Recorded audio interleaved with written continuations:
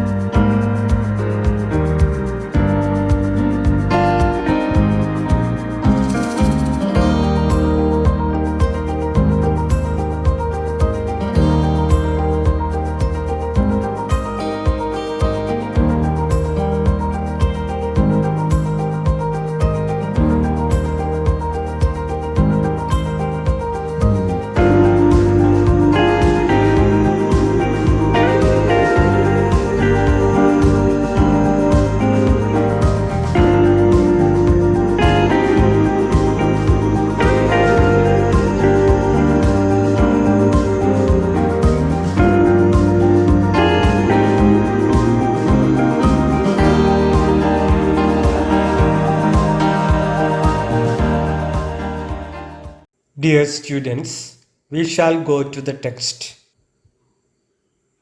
Urged by Mrs. Clifford and Maggie, I took the ring into my hand and stared at it intensely for a long time. I cannot see anything, I exclaimed at last, giving up. The mother and daughter were disappointed. To change the subject, I said, Here is a violin. It is yours, isn't it, Maggie? Yes, Mrs. Clifford answered. Maggie plays quite well. Maggie, please play something for us.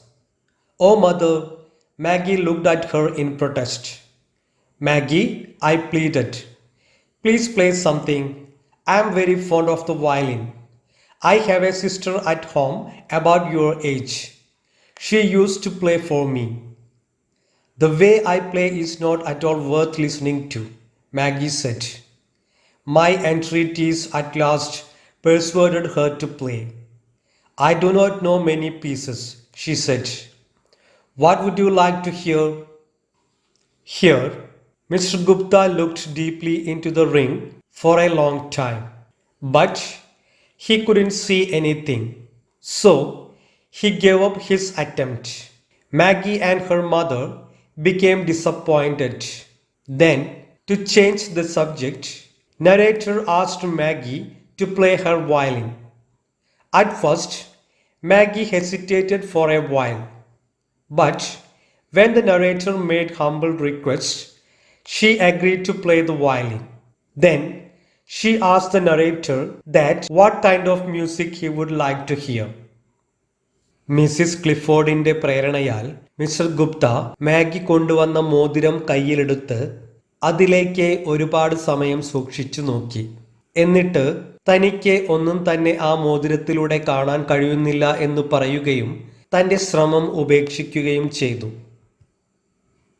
അപ്പോൾ മാഗിയും അവളുടെ അമ്മയും വല്ലാതെ നിരാശരായി. വിഷയം മാറ്റുന്നതിനായി mister Gupta അവിടെയുണ്ടായിരുന്ന ഒരു വയലിനെക്കുറിച്ച് അന്വേഷിച്ചു. അപ്പോൾ ആ വയലിൻ മാഗിയുടേതാണെന്നും അവൾ നല്ലപോലെ വയലിൻ പ്ലേ ചെയ്യുമെന്നും മിസ്സിസ് ക്ലിഫോർഡ് പറഞ്ഞു. പിന്നീട് മിസ്സിസ് ക്ലിഫോർഡും ഗുപ്തയും മാഗിയോട് വയലിൻ പ്ലേ ചെയ്യാനായി ആവശ്യപ്പെട്ടു. തനിക്ക് വയലിൻ സംഗീതം വളരെ ഇഷ്ടമാണെന്നും മാഗിയുടെ പ്രായത്തിലുള്ള തൻ്റെ സഹോദരി തനിക്ക് വേണ്ടി വയലിൻ പ്ലേ ചെയ്യാറുണ്ടെന്നും മിസ്റ്റർ ഗുപ്ത പറഞ്ഞു. ആദ്യമൊക്കെ ഒഴിഞ്ഞു മാറാൻ ശ്രമിച്ചെങ്കിലും പിന്നീട് ഗുപ്തയുടെ അഭ്യർത്ഥന മാനിച്ച് മാഗി വയലിൻ പ്ലേ ചെയ്യാൻ തയ്യാറായി.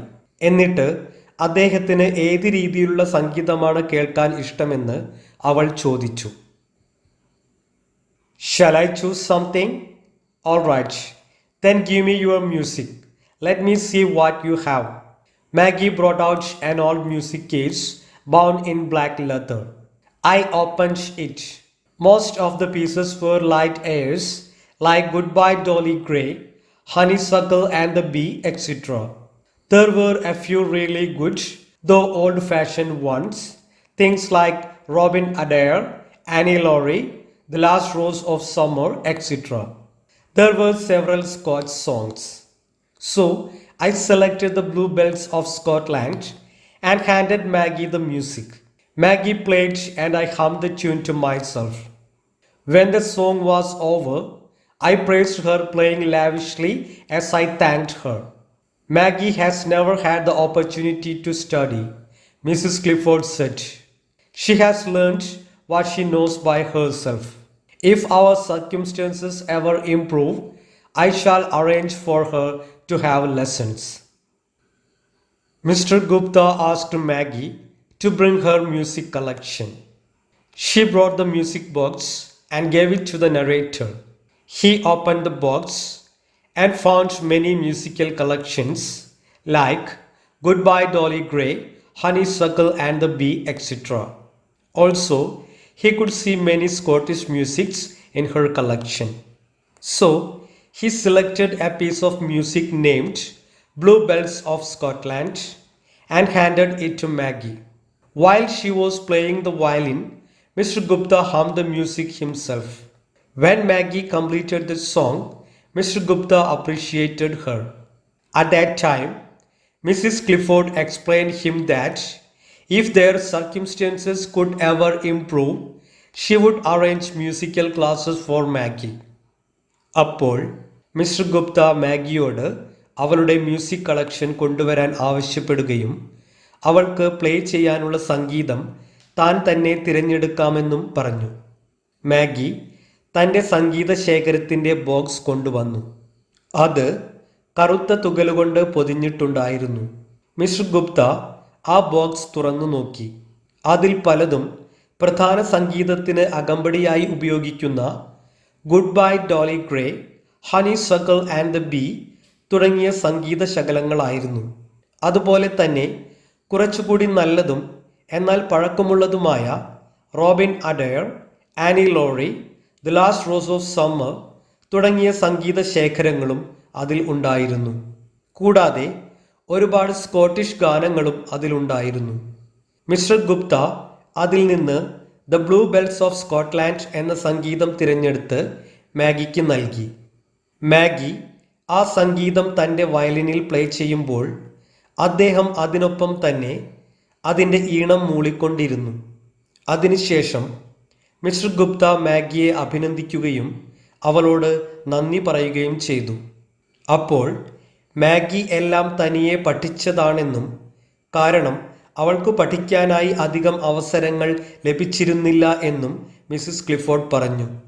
കൂടാതെ എന്നെങ്കിലും അവരുടെ ജീവിത സാഹചര്യങ്ങൾ മെച്ചപ്പെടുകയാണെങ്കിൽ മാഗിക്ക് പഠിക്കാനുള്ള സൗകര്യം ഒരുക്കി കൊടുക്കുമെന്ന് മിസ്സിസ് ക്ലിഫോർഡ് അദ്ദേഹത്തോട് പറഞ്ഞു. On my way back, I was filled with astonishment. The incident touched me very deeply. 3 months passed. I visited Maggie and her mother several times at their home and took Maggie to see the zoo once. She rode the elephant, Indian Raja, like all the other boys and girls. How delighted she was! But no news had come from her brother. Urged by Mrs. Clifford, I went to India House one day and made inquiries. I was told the regiment to which Frank belonged was fighting on the northwest frontier. Mrs. Clifford became extremely worried when she heard it. One day, I received a postcard from Maggie. She wrote, "Dear Mr. Gupta, my mother is very ill. I have not been able to go to work for a week. We shall be extremely grateful if you take the trouble to come to see us. Maggie." The meeting with that poor English family touched Mr. Gupta very deeply. 3 months passed. Mr. Gupta visited their family many times. Once, he took Maggie to a zoo and gave her an opportunity to have a ride on elephant. Then she became extremely happy. But Maggie and her mother didn't receive any news about Francis. So Mr. Gupta went to India House to inquire about Frank. They informed him that the regiment of Frank was fighting on the northwest Indian border. When Mrs. Clifford heard this information, she became very sad. One day, Mr. Gupta received a postcard from Maggie. She informed him that her mother was ill and requested Mr. Gupta to meet Mrs. Clifford. തിരിച്ചു വരുന്ന സമയം mister ഗുപ്തയ്ക്ക് വല്ലാത്ത ആശ്ചര്യം തോന്നി. മാഗിയുടെ വീട്ടിൽ വെച്ചുണ്ടായ അനുഭവം അദ്ദേഹത്തിൻ്റെ മനസ്സിനെ ആഴത്തിൽ സ്പർശിച്ചു. അങ്ങനെ 3 മാസങ്ങൾ കടന്നുപോയി. മിസ്റ്റർ ഗുപ്ത ഇടയ്ക്കിടെ മാഗിയെയും അവളുടെ അമ്മയെയും സന്ദർശിച്ചു. ഒരിക്കൽ അദ്ദേഹം മാഗിയെയും കൊണ്ട് ഒരു മൃഗശാല കാണുവാനായിട്ട് പോയി. അവിടെ മറ്റുള്ള ആൺകുട്ടികളെയും പെൺകുട്ടികളെയും പോലെ ഇന്ത്യയിലെ രാജാവ് എന്ന് വിശേഷിപ്പിക്കുന്ന ആനപ്പുറത്ത് കയറി സവാരി നടത്താൻ മാഗിക്ക് അവസരം ലഭിച്ചു. അപ്പോൾ അവൾ ഒരുപാട് സന്തോഷത്തോടെ കാണപ്പെട്ടു. ഫ്രാൻസിസിനെ കുറിച്ച് അവർക്ക് വിവരമൊന്നും ലഭിച്ചില്ല. അതുകൊണ്ട് മിസ്സിസ് ക്ലിഫോർഡ് പറഞ്ഞതനുസരിച്ച് കാര്യങ്ങൾ തിരക്കുവാനായി മിസ്റ്റർ ഗുപ്ത ഇന്ത്യ ഹൗസിലേക്ക് പോയി. അപ്പോൾ ഫ്രാൻസിസ് ഉൾപ്പെടുന്ന സൈനിക വിഭാഗം ഇന്ത്യയുടെ വടക്കു പടിഞ്ഞാറൻ അതിർത്തി പ്രദേശത്ത് യുദ്ധത്തിലേർപ്പെട്ടിരിക്കുകയാണ് എന്ന് അദ്ദേഹത്തിന് മനസ്സിലാക്കാൻ കഴിഞ്ഞു. ഇതറിഞ്ഞപ്പോൾ മിസ്സിസ് ക്ലിഫോർഡ് ഒരുപാട് ദുഃഖിതയായി മാറി. അങ്ങനെയിരിക്കെ ഒരു ദിവസം മിസ്റ്റർ ഗുപ്തയ്ക്ക് മാഗിയുടെ ഒരു പോസ്റ്റ് കാർഡ് ലഭിച്ചു. അതിൽ മിസ്സിസ് ക്ലിഫോർഡ് അസുഖം ബാധിച്ച് കിടപ്പിലാണെന്നും മാഗി ജോലിക്ക് പോയിട്ട് ഒരാഴ്ചയോളമായെന്നും എഴുതിയിട്ടുണ്ടായിരുന്നു. അതോടൊപ്പം തന്നെ മിസ്റ്റർ ഗുപ്ത തൻ്റെ വീട്ടിലേക്ക് വരികയാണെങ്കിൽ അത് അവർക്ക് ഒരുപാട് ആശ്വാസം പകരുമെന്നും മാഗി അറിയിച്ചു. I had told the family with whom I lived about Maggie and her mother. At breakfast, I spoke of the letter. My hostess said, "When you go, take some money with you. The girl has not been able to go to work for a week. She had not received any pay. It is probable that they are hard up." After breakfast, I took some money and set out for Lambeth. I knocked at the door. Maggie opened it. She was looking much pulled down. Her eyes were hollow and ringed. "Oh, thank you, Mr. Gupta," she exclaimed when she saw me. "It is so kind of you." "How is your mother, Maggie?" I asked. "She is sleeping now. Her condition is very serious. The doctor says it is aggravated by her anxiety over Frank. There is no news from him yet. She may not live." Mr. Gupta conveyed about the letter to the family with whom he lived. The hostess advised him to take some money for Maggie because she had not been able to go to work for a week and had not received any payment. After breakfast, the narrator visited Maggie. There, she was looking much worried. Mr. Gupta enquired her about the condition of Mrs. Clifford. Maggie told him that the condition of her mother was very serious and it increased by her anxiety over Frank. Mister Gupta താൻ താമസിച്ചു കൊണ്ടിരിക്കുന്ന വീട്ടിലെ വ്യക്തികളോട് മാഗിയെയും അവളുടെ അമ്മയെയും കുറിച്ച് പറഞ്ഞിട്ടുണ്ടായിരുന്നു. പ്രഭാത ഭക്ഷണ സമയത്ത് അദ്ദേഹം മാഗി തനിക്കയച്ച കത്തിനെക്കുറിച്ച് അവരോട് പറഞ്ഞു. അപ്പോൾ ആ വീട്ടിലെ ആതിഥേയയായിട്ടുള്ള സ്ത്രീ അദ്ദേഹത്തോട് മാഗിയുടെ വീട്ടിലേക്ക് പോകുമ്പോൾ കുറച്ചു പൈസ കയ്യിൽ കരുതുവാനായിട്ട് പറഞ്ഞു. കാരണം 2 ആഴ്ചയോളമായി മാഗി ജോലിക്ക് പോകാത്തത് കൊണ്ട് അവരുടെ അവസ്ഥ വളരെ ബുദ്ധിമുട്ടുള്ളതായിരിക്കും. അങ്ങനെ പ്രഭാത ഭക്ഷണത്തിന് ശേഷം കുറച്ചു പൈസയുമായി മിസ്റ്റർ ഗുപ്ത മാഗി താമസിക്കുന്ന ലാംബത്ത് എന്ന സ്ഥലത്തേക്ക് ചെന്നു. അവിടെ ചെന്ന് വാതിലിൽ മുട്ടിയപ്പോൾ മാഗി വന്ന് വാതിൽ തുറന്നു. അവൾ വല്ലാതെ തകർന്നിരിക്കുന്ന അവസ്ഥയിലായിരുന്നു. അവളുടെ കണ്ണുകൾ ഉള്ളിലേക്ക് കുഴിഞ്ഞും കൂടാതെ അവയ്ക്ക് ചുറ്റും ഒരു കറുത്ത പാടും കാണാൻ കഴിയുമായിരുന്നു. മിസ്റ്റർ ഗുപ്ത മാഗിയോട് അവളുടെ അമ്മയുടെ ആരോഗ്യസ്ഥിതിയെക്കുറിച്ച് അന്വേഷിച്ചു. അപ്പോൾ തൻ്റെ അമ്മ ഉറങ്ങുകയാണെന്നും അവരുടെ അവസ്ഥ വളരെ ഗൗരവമേറിയതാണെന്നും മാഗി പറഞ്ഞു. തൻ്റെ മകൻ്റെ അവസ്ഥയെക്കുറിച്ച് ആശങ്കപ്പെട്ടിട്ടാണ് മിസ്സിസ് ക്ലിഫോർഡിൻ്റെ അസുഖം കൂടിയതെന്ന് ഡോക്ടർ അവളോട് പറഞ്ഞിരുന്നു. അതുകൊണ്ട് ഇപ്പോഴും തൻ്റെ സഹോദരനെക്കുറിച്ച് യാതൊരു വിവരവും അറിയാത്തതിനാൽ ഒരു പക്ഷേ തൻ്റെ അമ്മയുടെ ജീവൻ തന്നെ അപകടത്തിലായേക്കാമെന്ന് മാഗി ഗുപ്തയോട് പറഞ്ഞു. I tried to console Maggie, drying her eyes with my handkerchief. Maggie controlled herself with an effort and said, I have a request to make of you, Mr. Gupta. What is it, Maggie? I asked. Come into the sitting room and I will tell you, she answered. We tiptoed carefully into the sitting room, lest the sound of our footsteps should disturb the sick woman. I turned when I reached the center of the room and remained standing there. What is it, Maggie?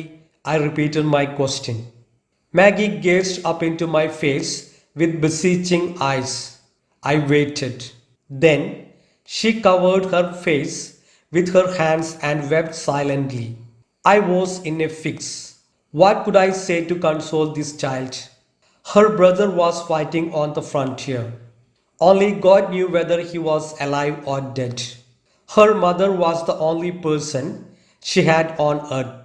If she lost her, what would happen? Where in London could this girl on the threshold of adolescence go? Mr. Gupta tried to comfort Maggie.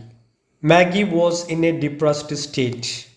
Maggie told the narrator that she wanted to tell him something. They walked to the sitting room without disturbing Mrs. Clifford. Mr. Gupta asked her about the matter. Maggie looked at Mr. Gupta with a regret in her eyes. Then she wept silently. At that time, Mr. Gupta was in a difficult situation because he didn't know whether Frank was alive or dead. But Mr. Gupta realized that Mrs. Clifford was the only support of Maggie. Without her mother, Maggie had no place to go in London. Mr Gupta മാഗിയെ ആശ്വസിപ്പിക്കാൻ ശ്രമിച്ചു.